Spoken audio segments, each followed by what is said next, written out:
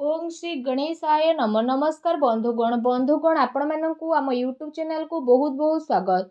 बंधुगण आज भिडियो रे आमे आपण मानकु कहिबा पई जाउछु आपणको पई विशेष भाबरे ए 48 घंटार समय अवधि विषय रे ए 48 घंटार समय आपणको पई किपरि साब्यस्त हेबो ता सहित केउ सब जिनिस रे आपणको फायदा हेबो केउ सब जिनिस रे आपणको सावधानता अवलंबन करबा को पड़िबो आपणकर लव लाइफ किपरि रहिबो क्यारियर किपरि रहिबो बिजनेस आउ व्यापार किपरि रहिबो ता सहित स्वास्थ्यर महत्वपूर्ण इनफॉरमेशन मध्ये आमे आपण माननको वीडियो रे देबु आउ ए वीडियो शेष रे आमे आपण माननको किछि उपाय विषय मध्ये कहिबु जहा द्वारा आपण ए दिन को आहुरी अधिक शुभ और मंगलदायक साब्यस्त करि परिबे।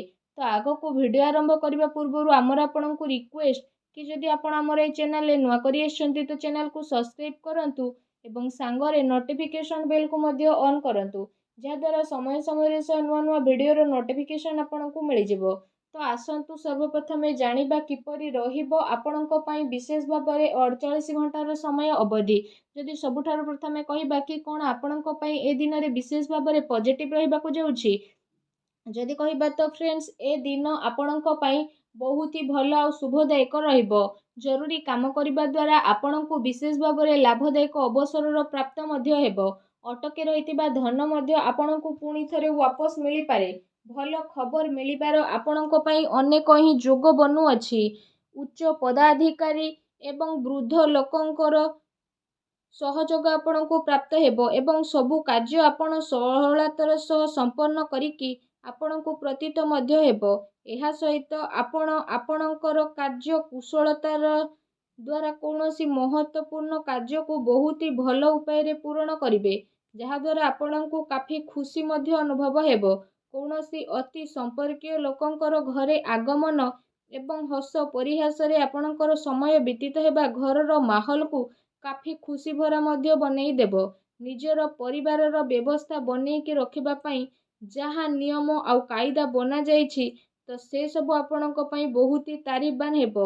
एहा द्वारा घरे अनुशासित माहौल रहिबो आउ पिला माने निजर पाठ पढ़ा द्वारा एकाग्र चित्त मध्य रहिबे आपण आपणकर डेली लाइफ रु बाहरी किछि नुआ करिबा पई चेष्टा करिवे जहा द्वारा आपणकर मानसिक आउ शारीरिक थकापण मध्य दूर हेबो आउ नुआ ऊर्जार प्रभाव आपण आपणक भितरे अनुभव मध्य करि नेबे। फाइनान्स संबंधित जदि कहिबा महत्वपूर्ण निर्णय नेबा पई मध्य ए दिन आपणक पई बहुत ही उत्तम दिन रहिबो विशेष भाव में ए दिनर समय आपणक पई किछि सकारात्मक उपलब्धि मध्य नेकी आसीबो निजर महत्वपूर्ण कार्य को निभेइबारे आपण आपणकर विशेष भाव में पूरा ऊर्जा लगेबे आपणक प्रयास अवश्य ही सफल हेबो।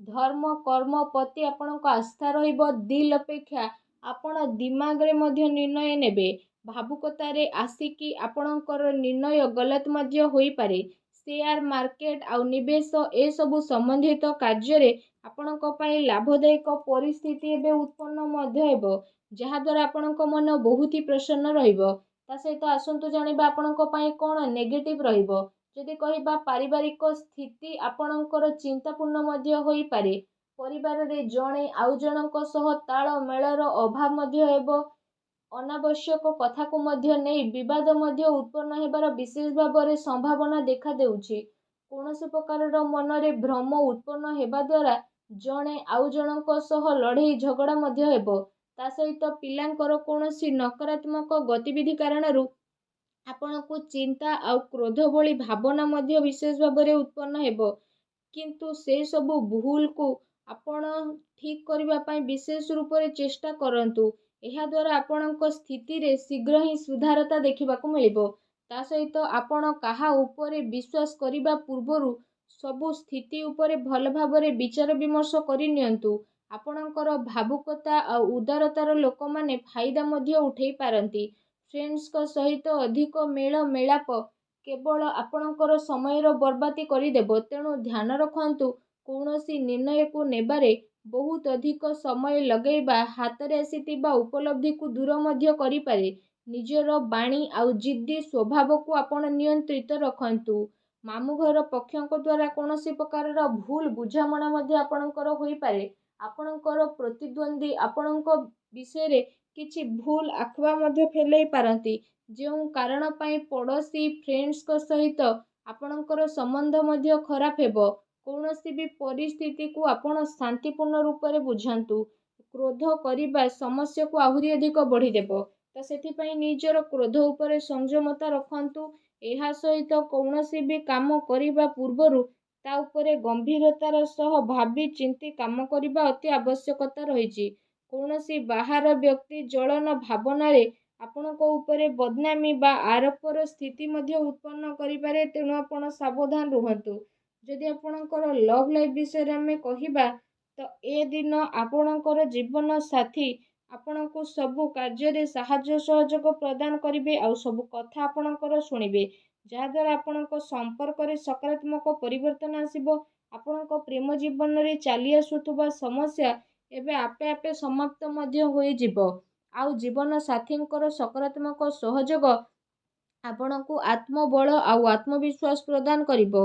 ଆପୋଷିକ ସମ୍ବନ୍ଧରେ ଆହୁରି ଅଧିକ ଘନିଷ୍ଠତା ଦେଖିବାକୁ ମିଳିବ। ପିଲାଙ୍କର କିଲକାରୀ ସମ୍ବନ୍ଧିତ ସୂଚନା ମିଳିବା କାରଣରୁ ପ୍ରସନ୍ନତାପୂର୍ବକ ଘରେ ବାତାବରଣ ରହିବ ଏବଂ ପ୍ରେମ ସମ୍ବନ୍ଧରେ ଆହୁରି ଅଧିକ ଗମ୍ଭୀରତା ଦେଖିବାକୁ ମିଳିବ। ବୈବାହିକ ସମ୍ବନ୍ଧ ଠିକ୍ ରହିବ ଆଉ ପାରିବାରିକ ମାହୋଲ ଖୁସି ଭରା ରହିବ। କୌଣସି ପୁରୁଣା ମିତ୍ରଙ୍କ ଦ୍ୱାରା ମିଳିବା କାରଣରୁ ଯାତ୍ରା ସୁଖଦପୂର୍ଣ୍ଣ ରହିବ। ତା ସହିତ ଏ ଦିନ ଆପଣଙ୍କ ପ୍ରେମ ଜୀବନ ପାଇଁ ବହୁତ ହି ଭଲ ଦିନ ମଧ୍ୟ ରହିବ। ଏ ଦିନର ଆପଣଙ୍କୁ ଅବଶ୍ୟ ହିଁ ଲାଭ ଉଠାଇବାର ଅଛି। ଆସନ୍ତୁ ଜାଣିବା ଆପଣଙ୍କ ବ୍ୟବସାୟ ଆଉ କ୍ୟାରିୟର କିପରି ରହିବ। ଯଦି କହିବା କାର୍ଯ୍ୟ କ୍ଷେତ୍ରରେ ଆପଣଙ୍କର ଅତି ଆବଶ୍ୟକତା ରହିଛି, କାରଣ ଟିକେ ବି ଭୁଲ ବୁଝାମଣା କାରଣରୁ ମହତ୍ତ୍ୱପୂର୍ଣ୍ଣ ଅର୍ଡର ଆପଣଙ୍କ ହାତରୁ ବାହାରି ଯାଇପାରେ।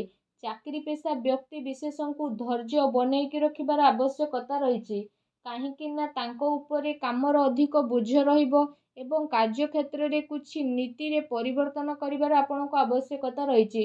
ସହଯୋଗୀ ଆଉ କର୍ମଚାରୀଙ୍କ ଗତିବିଧିକୁ ନଜରଅନ୍ଦାଜ ଆଦୌ ବି କରନ୍ତୁ ନାହିଁ। ଆପଣଙ୍କ ପିଠି ପଛରେ ଆପଣଙ୍କୁ କେହି ନୋକସାନ ପହଞ୍ଚାଇବା ପାଇଁ ଚେଷ୍ଟା କରିପାରେ। ସାଝେଦାରୀ ବ୍ୟବସାୟରେ ମାର୍ଗଦର୍ଶିତା ରଖିବା ଆପଣଙ୍କ ପାଇଁ ଅତି ଆବଶ୍ୟକତା ରହିଛି। କୌଣସି ପ୍ରକାରର ଅନୈତିକ କାର୍ଯ୍ୟକୁ କରିବାଠାରୁ ଦୂରେଇ ରୁହନ୍ତୁ, କାରଣ ଏହାର ଖରାପ ପ୍ରଭାବ ଆପଣଙ୍କର ମାନ ସମ୍ମାନ ଉପରେ ପଡ଼ିପାରେ। ସେଥିପାଇଁ କୌଣସି ଅଜଣା ବ୍ୟକ୍ତିଙ୍କ ସହ କୌଣସି ଡିଲ୍ ଫାଇନାଲ ଆପଣ କରନ୍ତୁ ନାହିଁ। ଏହା ଆପଣଙ୍କ ପାଇଁ ବହୁତ ହି ଭଲ ରହିବ। ଏହା ସହିତ କାର୍ଯ୍ୟକ୍ଷେତ୍ରରେ ଚାଲି ଆସୁଥିବା କୌଣସି ପ୍ରକାରର ପ୍ରୋବ୍ଲେମକୁ ଆପଣ ଶାନ୍ତିପୂର୍ଣ୍ଣ ରୂପରେ ସୁଲଝେଇବାର ଅତି ଆବଶ୍ୟକତା ରହିଛି, କାରଣ ଏହା ଦ୍ୱାରା ଆପଣଙ୍କ ଆବଶରେ ଆସି ପରିସ୍ଥିତି ମଧ୍ୟ ବିଗିଡ଼ିପାରେ। ଅଧିକାରୀଙ୍କ ଦ୍ୱାରା ବାତଚିତ କରିବା ସମୟରେ ମାନସିକ ସ୍ଥିତି ଆପଣଙ୍କର ସାମାନ୍ୟ ବନେଇକି ରଖନ୍ତୁ। ଏହା ସହିତ ଏ ଦିନ ମାର୍କେଟିଂ ସମ୍ବନ୍ଧିତ କାର୍ଯ୍ୟ ଆଉ ବାହାର ଗତିବିଧିରେ ଆପଣଙ୍କର ବ୍ୟତୀତ ହେବ। ଚାକିରି ପେଶା ବ୍ୟକ୍ତିଙ୍କୁ ନିଜର ଟାର୍ଗେଟ ପୂରା ହେବା ଦ୍ୱାରା ପ୍ରମୋସନ ମଧ୍ୟ ମିଳିପାରେ, ଯାହାଦ୍ୱାରା ତାଙ୍କ ମନ ବହୁତ ହି ପ୍ରସନ୍ନ ରହିବ। ଆସନ୍ତୁ ଜାଣିବା ଆପଣଙ୍କର ସ୍ୱାସ୍ଥ୍ୟ କିପରି ରହିବ। ଯଦି ବିଶେଷ ଭାବରେ କହିବା, ଆପଣଙ୍କୁ ଏସିଡିଟି, ଗ୍ୟାସ୍ ଭଳି ସମସ୍ୟା ମଧ୍ୟ ଉତ୍ପନ୍ନ ହୋଇପାରେ। ଏମିତିରେ ନିଜର ଖାଦ୍ୟପେୟ ଉପରେ ଆପଣ ସଂଯମତା ବନେଇକି ବିଶେଷ ଭାବରେ ରଖନ୍ତୁ। ଏହା ସହିତ ନିଜ ସ୍ୱାସ୍ଥ୍ୟକୁ ଆହୁରି ଅଧିକ ଭଲ ରଖିବା ପାଇଁ ଆପଣ ପ୍ରତ୍ୟେକ ଦିନ ଯୋଗ କରନ୍ତୁ, ବ୍ୟାୟାମ କରନ୍ତୁ, ସୂର୍ଯ୍ୟଙ୍କୁ ଜଳ ଅର୍ପଣ କରନ୍ତୁ। ଦେଖିବେ ସମୟ ଆପଣଙ୍କ ପାଇଁ ବହୁତ ହି ଶୁଭ ଆଉ ମଙ୍ଗଳଦାୟକ ସାବ୍ୟସ୍ତ ହେବ। ଭିଡ଼ିଓ କେମିତି ଲାଗିଲା କମେଣ୍ଟ କରିକି ଜଣାଇବେ। ଚ୍ୟାନେଲରେ ନୂଆ ଆସିଲେ ଚ୍ୟାନେଲକୁ ସବସ୍କ୍ରାଇବ କରିବେ। ଧନ୍ୟବାଦ।